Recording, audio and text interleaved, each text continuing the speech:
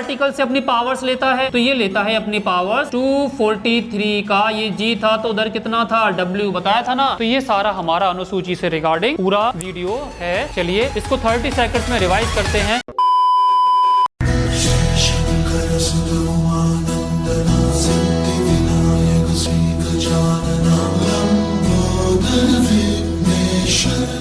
Hello friends, स्वागत है आप लोगों का दीक्षांत इंस्टीट्यूट में। मैं हूं आपका मेंटर अनुज सिंह। आज का अपना टॉपिक स्टार्ट करते हैं जो कि रिलेटेड है अनुसूची और schedules of the Indian constitution. Bharat के संविधान के अंतर्गत जो अनुसूचियां हैं उनके बारे में हम आज डिस्कस करेंगे कि कितनी अनुसूचियां हैं। ठीक है, चलिए स्टार्ट करते हैं। सबसे पहली बात, अनुसूची क्या होती है? अनुसूची जैसे नाम से ही क्लियर है कि ये एक लिस्ट है। लिस्ट किस चीज की लिस्ट है? किताब। जैसे हम कोई किताब खोलते हैं तो किताब में कोई ना कोई किताब में एक लिस्ट बनी हुई होती है, लिस्ट। ऐसे ही हमारा संविधान बहुत बड़ा संविधान है, विस्तृत संविधान है, दुनिया का सबसे बड़ा संविधान हमारे देश का संविधान है। अब इस संविधान के बारे में जो भी टॉपिक है, टॉपिक उस टॉपिक के बारे में ब्रीफ में छोटी छोटी लिस्ट बनी हुई है, उन लिस्टों को ही हमने बोला है अनुसूची। क्लियर है? तो अनुसूची क्या है? अनुसूची है सब्जेक्ट से रिलेटेड कुछ ब्रीफ में, शॉर्ट्स में कुछ लिस्ट बनी हुई है आर्टिकल्स की, या किसी पर्टिकुलर टॉपिक से रिलेटेड आर्टिकल्स की लिस्ट बनी हुई है, उसी लिस्ट को हमने बोला है शेड्यूल या फिर अनुसूची। ठीक है, चलिए इसके बारे में डिस्कस करते हैं। तो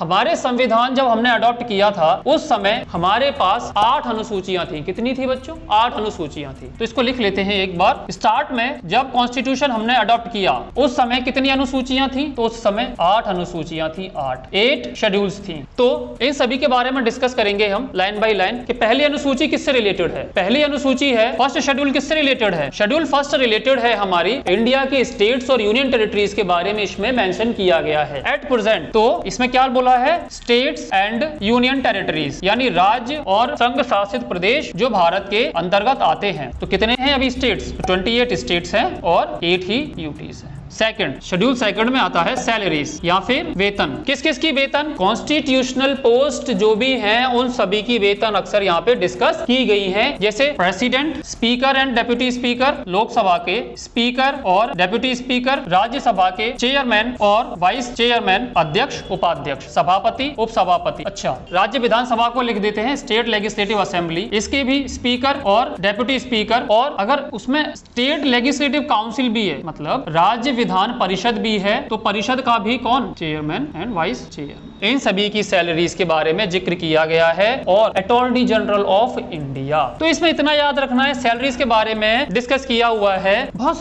सिंपल हैं शेड्यूल्स, और शेड्यूल से अगर कोई क्वेश्चन आता है तो एज ए गिफ्ट है ये बच्चों के लिए। थर्ड में आता है ओथ। ओथ यानी शपथ। सैलरीज, वेतन, तो किस किस की शपथ? तो वही दोबारा से वही चीज है, प्रेसिडेंट, वाइस प्रेसिडेंट और supreme court and high court के जजेस, इन सभी की ओथ के बारे में इसमें मेंशन किया गया है कि इनकी शपथ कैसे कैसे होंगी, उसके बारे में बताया गया है। फोर्थ बहुत इंपॉर्टेंट है, फोर्थ शेड्यूल। फोर्थ शेड्यूल में बोला गया है कि राज्यसभा में, किसमें बच्चों? राज्यसभा में। देखो राज्यसभा का नाम राज्यसभा क्यों पड़ा? राज्यसभा का नाम राज्यसभा इसलिए पड़ा, क्यों? राज्यों के लिए जो उत्तरदायी सभा है वो राज्यसभा है। इसको उच्च सदन भी बोलते हैं, अपर हाउस भी बोलते हैं संसद का, और लोकसभा को निम्न सदन। तो राज्यसभा में राज्यों का या फिर यूटीज का, यूटीज यानी केंद्र शासित प्रदेशों का सीटों का बंटवारा कैसे कैसे किया जाएगा वो सब अनुसूची किसमें दे रखी है? 4 में। तो राज्यसभा में स्टेट्स और यूटीज की सीटों का बंटवारा, कितनी कितनी सीटों का एलोकेशन या फिर बंटवारा होगा, वो सब इसमें दिया हुआ है कि इसके अंतर्गत किस राज्य के अंतर्गत कितनी सीटें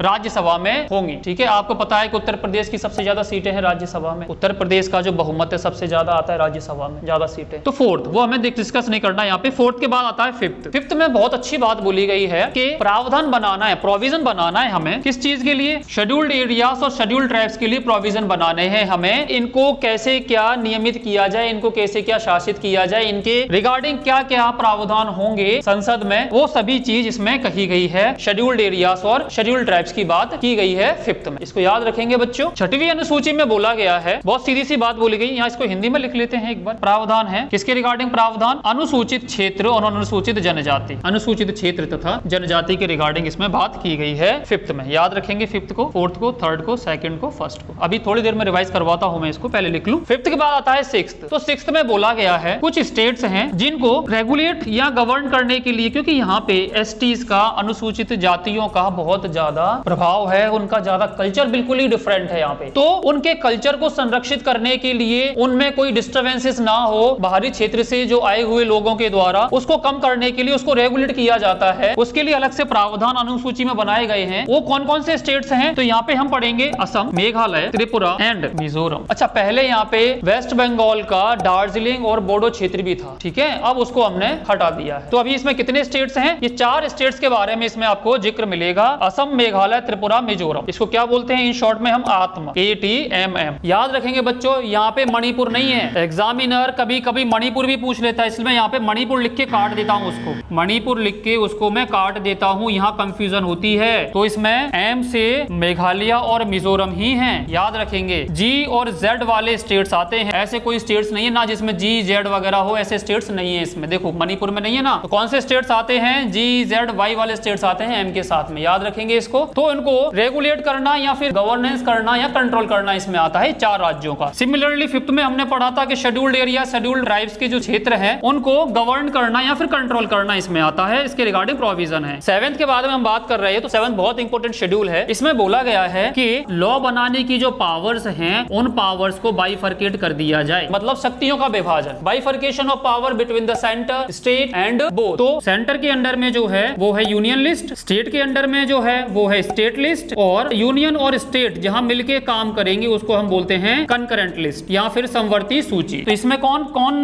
डोमिनेट करता है? इसमें से केंद्र, इसमें स्टेट या फिर राज्य, और इसमें केंद्र प्लस राज्य, इसमें दोनों डोमिनेट करते हैं। तो देखिए इसमें, अच्छा इसमें अक्सर पूछा जाता है कि जब ये लिस्ट जोड़ी गई उस टाइम पे इसमें कितने सब्जेक्ट्स थे? इसमें उस समय इसमें 97 सब्जेक्ट्स थे, इसको याद रखेंगे। अब इसमें कितने सब्जेक्ट्स हो गए हैं? तो अब इसमें 100 सब्जेक्ट हो गए, इंपॉर्टेंट है ये। जब स्टेट लिस्ट जोड़ी गई थी, शेड्यूल जोड़ा गया था, उस समय इसमें 66 टॉपिक्स थे, और अब कितने बचे हैं? अब बचे हैं 61, यानी 5 कम हो गए। अच्छा, कंकरेंट लिस्ट जब जोड़ी गई थी उस समय इसमें कितने थे टॉपिक जो डिस्कस करने वाले सब्जेक्ट? 47। अब कितने हो गए हैं बढ़ के? अब हो गए 52, इसको याद रखिए, ठीक है। तो ये पावर्स का बाइफरकेशन था। पावर्स किस regarding? Power of law making, making और लिख लो, तो कानून बनाने की शक्ति, लॉ मेकिंग पावर इसमें डिस्कस किया गया है। तो 7th के बाद आता है 8th, इंपोर्टेंट है। 8th में भी बोला गया है लैंग्वेजेस, 8th में बोला गया है लैंग्वेजेस या फिर भाषा। देखो एक बार मैं पहले लिख लूं, उसके बाद डिस्कस कराऊंगा आपको। 8th में बोला गया है लैंग्वेजेस या फिर भाषा। अच्छा, भाषा जो बोली गई है, जब हमने ये संविधान में जोड़ा था उस समय कितनी भाषाएं थी इसमें? तो आप लिखेंगे उस समय भाषाएं थी सर 14 लैंग्वेजेस। लेकिन अब इसमें कितनी लैंग्वेजेस हैं? अब इसमें जो लैंग्वेजेस हैं वो है इसमें 22 लैंग्वेजेस हैं संविधान की, अनुसूची 8 में। क्लियर है? तो कौन कौन सी कैसे कैसे जुड़ी, तो उसको जरा सा ब्रीफली डिस्कस करते हैं। 21st कॉन्स्टिट्यूशन अमेंडमेंट एक्ट से 21वें संविधान संशोधन जो कब आया? 1967 में आया, उससे जुड़ी सिंधी लैंग्वेज। 21 के बाद में आई हमारा 71st कॉन्स्टिट्यूशन अमेंडमेंट एक्ट 1992। अब देखो 21 में 71 जोड़ेंगे तो 92, कितना आया? 22। इसमें कौन कौन सी जोड़ी गई? तो इसमें जोड़ी गई मेनली 3 लैंग्वेजेस। कौन सी? एक थी हमारी कोंकणी, नेपाली और मणिपुरी, ये लैंग्वेजेस हमने यहाँ पे जोड़ी हैं। इसके बाद में आता है हमारा 92nd कॉन्स्टिट्यूशनल अमेंडमेंट एक्ट, जो कब जोड़ा हमने? 2003 में जोड़ा। इससे हमने 4 लैंग्वेजेस जोड़ी। कौन सी है? मैथिली, संताली, बोडो और डोगरी, ये लैंग्वेजेस हमने इसमें जोड़ी है यहाँ से। क्लियर है बच्चों? 8th के बाद आता है 9th शेड्यूल। सबसे विवादित अनुसूची अगर कोई है संविधान की तो वो 9th शेड्यूल। ये शेड्यूल बेसिकली बोलती है कि अगर कोई विषय, अगर कोई सब्जेक्ट्स के रिगार्डिंग लॉ बनता है और उसको अगर सरकार नवी अनुसूची में डाल दे तो वो कोर्ट की जुडिशियल रिव्यू से बाहर हो जाता है, ठीक है। न्यायालय की जो परीक्षण शक्ति होती है उससे बाहर हो जाता है, न्यायालय उसमें कोई भी परीक्षण रिव्यू नहीं कर सकता। तो 9th शेड्यूल बहुत विवादित शेड्यूल है। इसमें मेनली जो लॉज दिए हुए हैं, इससे ये शेड्यूल जो है मेनली किससे रिलेटेड है? लैंड रिफॉर्म्स से और एग्रीकल्चरल रिफॉर्म से रिलेटेड है। और ये शेड्यूल अपना जो पावर है वो कहां से लेती है? आर्टिकल 31 के बी से ये शेड्यूल अपने पावर्स को गेन करती है। क्या बोला गया है? कोर्ट की जुडिशियल रिव्यू से बाहर है, न्यायालय की परीक्षण शक्ति जो होती है उस सभी से ये बाहर है। इंपोर्टेंट है, विवादित है। अच्छा, इसमें बहुत ज्यादा आर्टिकल्स है, इसमें बहुत ज्यादा सब्जेक्ट्स। रिसेंटली इसमें 284 लॉज के बारे में बात की गई है। अभी इसमें 284 कानून लिखे गए हैं। एक एग्जाम में पूछा गया था कितने आर्टिकल्स हैं इसमें, अभी मतलब इसमें कितनी सब्जेक्ट्स दिए हुए हैं, तो 284 दिए हुए हैं। 9th के बाद आता है 10th इंपोर्टेंट है। क्यों? ये बोलता है कि एंटी डिफेक्शन लॉ, मतलब देखा गया होगा आपने कि नेता क्या करते, एक पार्टी से अगर हार जीत जाता है तो कोई दूसरी पार्टी से प्रोविजन मिलता है, स्विच ओवर कर लेते हैं, नहीं कर लेते। तो क्या था? ये रिफॉर्म्स बहुत ज्यादा इंपोर्टेंट है है जो क्या लगाता है, रोक लगाता है कि आप दल बदल नहीं कर सकते। तो ये किससे रिलेटेड है, एंटी डिफेक्शन या फिर दल बदल कानून से उसको रोकने का काम करता है। और ये संविधान देखो मैंने क्या बताया था, 8 आर्टिकल्स थे स्टार्टिंग में, 9th आर्टिकल जो जोड़ा गया है वो फर्स्ट कॉन्स्टिट्यूशन अमेंडमेंट एक्ट से जोड़ा गया है जो 1951 में हुआ था। इसको बात को याद रखेंगे। ये कब जोड़ा गया, 52nd कॉन्स्टिट्यूशनल अमेंडमेंट एक्ट 1985, 52वां संविधान संशोधन से इसको जोड़ा गया है जो कब हुआ, 1985 में हुआ था ये, ठीक है, इसको याद रखेंगे हम। इसके बाद बात आती है 9th 10th 11th, बहुत इंपॉर्टेंट है 11th, मैंने बताया भी है। पंचायती राज से अगर कोई डील करता है तो यही आर्टिकल है, एग्जाम में इसी को बार बार पूछा जाता है। पंचायत से रिलेटेड जो भी अनुसूची है वो क्या है, 11th। इसको कब जोड़ा गया, मैंने आपको डिस्कस करवाया है, इसको जोड़ा गया है 73rd कॉन्स्टिट्यूशन अमेंडमेंट एक्ट से, कब आया, 1992 में आया। इसके बाद अच्छा इसमें कितने सब्जेक्ट्स हैं, ये एग्जाम में पूछा गया है, तो इसमें 29 सब्जेक्ट्स हैं। और कौन से आर्टिकल के तहत हैं ये 29 सब्जेक्ट्स कॉन्स्टिट्यूशन में, तो ये दे रखा है 243 का जी। इसके बाद आता है अपना 12th, ये कब जोड़ा गया, तो 46 कॉन्स्टिट्यूशन अमेंडमेंट एक्ट से जोड़ा गया, ईयर सेम थी सर, ये जोड़ा गया 1992 में। और किससे डील करता है ये डील करता है अपना नगर पालिका या म्युनिसिपैलिटी। इसमें कितने सब्जेक्ट्स हैं, तो इसमें 18 सब्जेक्ट्स हैं। ये किस आर्टिकल से अपनी पावर्स लेता है, तो ये लेता है अपनी पावर्स 243 का, ये जी था तो उधर कितना था, W बताया था ना। तो ये सारा हमारा अनुसूची से रिगार्डिंग पूरा वीडियो है। चलिए इसको 30 सेकंड्स में रिवाइज करते हैं। चलिए पता है आपको शेड्यूल किससे रिलेटेड है, शेड्यूल क्या है, ब्रीफ में शॉर्ट्स में कोई टॉपिक लिखे हो, लिस्ट लिखे हो, उसको हम बोलते हैं अनुसूची। ऐसे ही हमारे संविधान के कुछ विशेष प्रावधान हैं, उनको शॉर्ट्स में लिखा गया है, उसको हमने बोला है अनुसूची। तो स्टार्टिंग में जब संविधान अडॉप्ट किया हमने कितनी थी, ये 8 अनुसूचियां थी, कितनी, 8 अनुसूची। बाद में हमने दूसरी जोड़ी है अनुसूचियां, वो कैसे कैसे जोड़ी हैं आपको ये मैंने लिखवाया है, यहाँ पे डिस्कस करेंगे। चलिए तो पहली अनुसूची, सबसे पहले आता है देश। तो देश में कितने राज्य हैं, कितने स्टेट्स हैं, कितने यूनियन टेरिटरीज हैं, वो बात आती है। उसके बाद में आता है उनके जो उनमें कार्यरत हैं कॉन्स्टिट्यूशन में पोस्ट पे जो भी बंदे हैं उनकी सैलरीज के रिगार्डिंग। एस से सेकंड, एस से सैलरीज, सेकंड और सैलरीज दोनों सेम है। देखो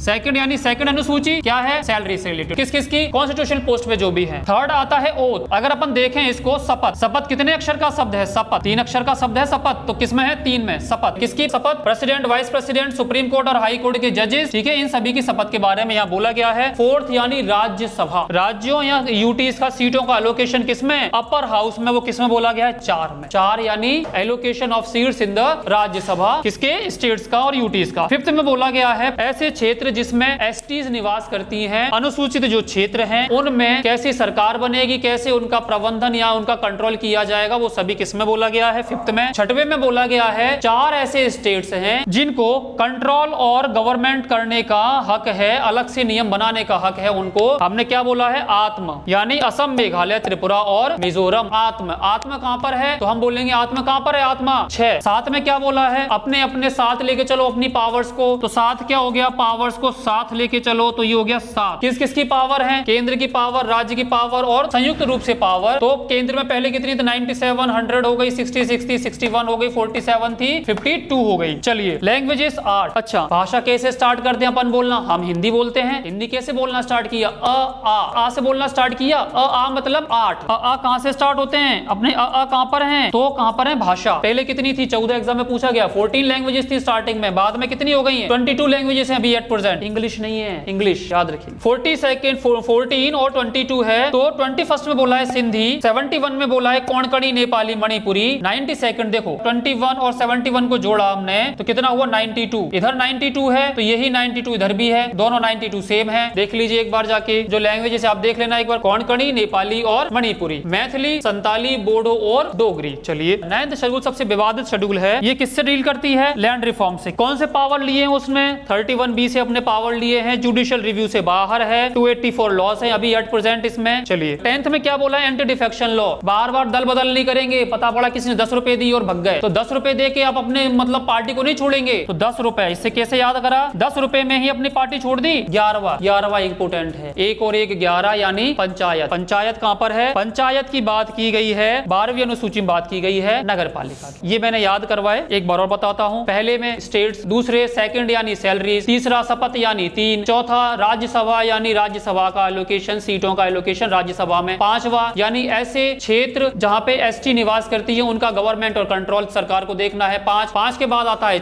6 में है ऐसे 4 स्टेट्स आत्म जिन किन लिए गवर्नमेंट को कंट्रोल और गवर्नेंस करना है। कौन कौन से हैं? असम, मेघालय, त्रिपुरा और मिजोरम। मणिपुर नहीं है, याद रखेंगे। 6 के बाद आता है 7। 7 में क्या है? अपनी अपनी पावर साथ लेके चलें। State list, union list, concurrent list. ठीक है। 8 क्या बोला मैंने? 8 है आ से रिलेटेड यानी भाषा। भाषा कितनी थी? पहले 14 थी, बाद में कितनी जोड़ी? बाद में हमने फिर जोड़ी है। अब कितनी भाषा है हमारे पास? तो 22 भाषाएं टोटल। बाद में हमने 8 भाषाएं और जोड़ी। कैसे कैसे जोड़ी आपको दिया हुआ है। सिंधी, कोंकणी, नेपाली और मणिपुरी, बोडो, संथाली, डोगरी और मैथिली। ठीक है, ये याद रखेंगे। 8th शेड्यूल में हिंदी और हिंदी की एक उपबोली दे रखी है यानी हिंदी और मैथिली। केवल ऐसी एक ही भाषा है जिसकी बोली भी है, तो वो कौन सी है? मैथिली। 9th की बात की हमने। 9th में क्या है? लैंड रिफॉर्म से रिलेटेड है। 10 क्या है? 10 रुपए लेके ही पार्टी नहीं बदलना है, तो 10 है एंटी डिफेक्शन लॉ। किससे आया? 42nd constitution amendment act 1985। चलिए 11th में बोला है पंचायत। 11वां क्या है? पंचायत। पंचायत हमेशा 11 रुपए का ही प्रसाद चढ़ाती है, ऐसे याद रख लें आप। और किससे जोड़ा? 73rd कॉन्स्टिट्यूशन अमेंडमेंट एक्ट से जोड़ा। सबसे लास्ट में नगर पालिका का आता है, तो कितने में है? 12 में। पंचायत में 29 सब्जेक्ट्स हैं। 29 सब्जेक्ट्स हैं। आर्टिकल कौन सा है इसका? 243 का जी। जबकि म्युनिसिपैलिटीज में 18 सब्जेक्ट्स हैं। आर्टिकल कौन सा है इसका? एक में गर्ल है तो दूसरे में विमन है। याद हो गया। वीडियो के रिगार्डिंग, टॉपिक के रिगार्डिंग जो भी आपको डाउट्स हैं आप कमेंट कर सकते हैं। ठीक है, अगले वीडियो में फिर मिलेंगे। जब तक के लिए धन्यवाद।